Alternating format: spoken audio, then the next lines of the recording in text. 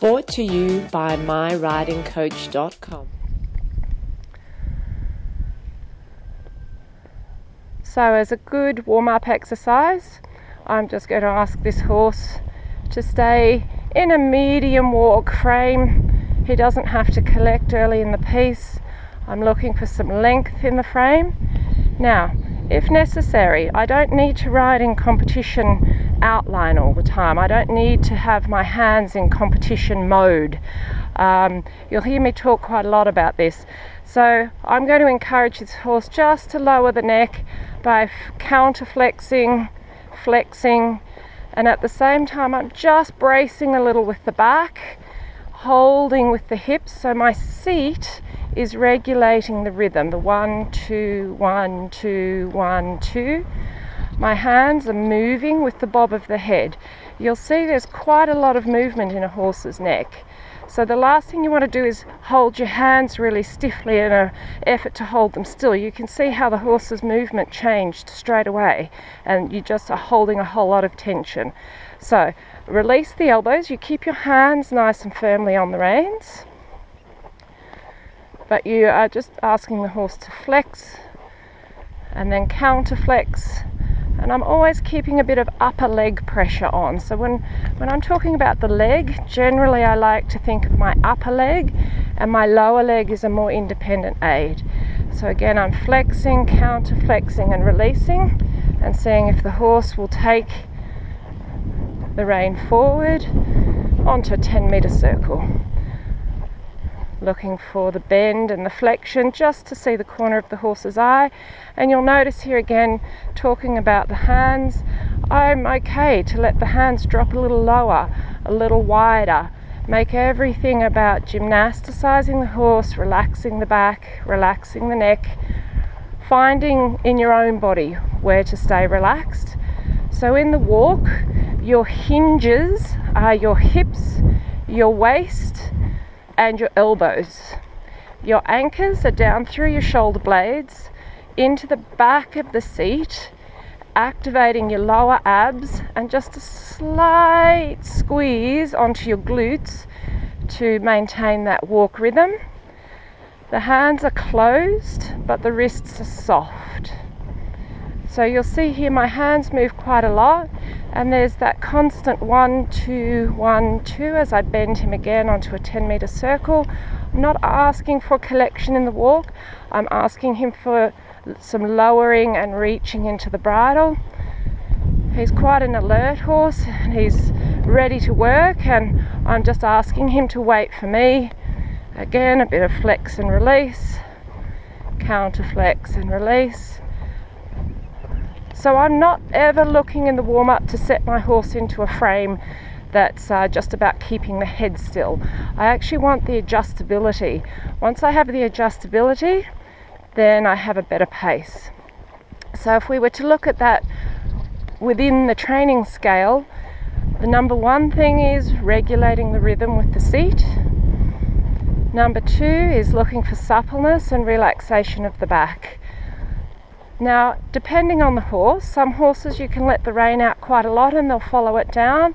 Other horses you just have to almost tilt forward slightly, let your hands go quite forward, so that if they're a bit spooky and come up a lot, you don't have to constantly be shortening and lengthening the reins. You can just allow your hands and arms to come forward. This guy is a little bit looky, so I still want him to stay on the aid, and then all I have to do is bend my elbows, bring my body back slightly, and I have him more into a contact again, which is number 3 in the training scale.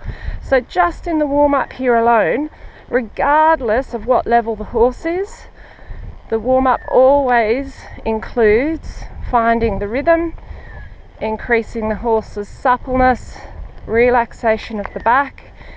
And what I'm looking again for is just that neck to start lengthening, and the feel under the saddle is very much about a swing coming through the back. As you're riding, you'll want to notice whether your lower back is tight or if it's allowing and moving with the horse. Your hips should be swinging with the horse's movement. So not in a left to right, but in a forwards and backwards direction. Your legs are alternating left and right. So if you imagine the horse's belly is swaying and you're just following that sway with your lower leg, very gently with the left-right motion, your hips are moving back and forth and your hands are also moving back and forth. So it's quite a dynamic movement, the walk. You want the bob in the head, you want to encourage that. That ironically is what allows you to keep a steadier frame, is if you actually move with the horse. And again, thinking about your anchors is just pushing your shoulder blades down, activating your long back muscles, anchoring through the thigh, the inner thigh, and upper leg staying long, allowing the lower leg to be independent and moving lightly with the movement of the horse's rib cage. And any adjustments that you make sure that you're doing those in rhythm with the walk. So it's a check, 1, 2, release. Check, 1, 2, release. Check, 1, 2, release. So here, this guy is a little bit stiff to the right. I'm just keeping a bit of pressure on my inside seat bone because he wants to push me a bit to the outside and block through the neck. So I'm going to sit on my inside seat, pressure him a bit more with my leg, and very much still keeping the check, release. You'll see here I take the hand even a bit away from the neck, encourage that neck to come around a bit more, and again inviting him to follow the rein rather than to sit against it. And you'll see my outside hand is further forward. I don't have a problem with that in the warm-up. Increasing the bend to the inside also means allowing more bend on the outside. And then as we progress to a more collected walk, I'll be looking for more straightness or uprightness. But again, I'm just listening for the footfall of the 1, 2, 1, 2 to stay consistent as I adjust the neck. Keeping the seat following the sway of the back. If he starts to hurry, I just brace and slow my seat down. If the horse needed more onward, I would give a quicker lower leg aid with the left-right and ask the horse to be more responsive to the forward driving aid. But again, think to use your legs in a left-right even when you're pushing on more. This helps him to understand the difference between whether you're pushing for more activity in the walk or whether you're actually asking for a trot or a canter or a piaffe or a passage transition.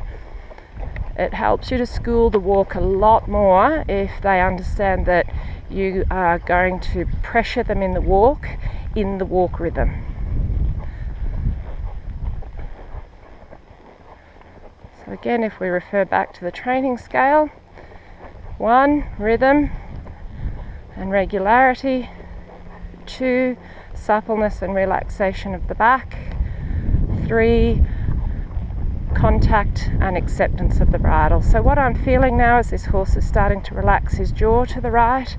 He's giving a quicker response to that bend just by riding some 10-meter circles down the long side and going large.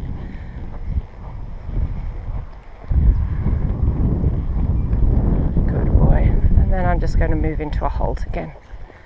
Bracing the back, stopping the movement in my hips, bringing the pressure onto the reins, and then a slight release forward again. Good boy.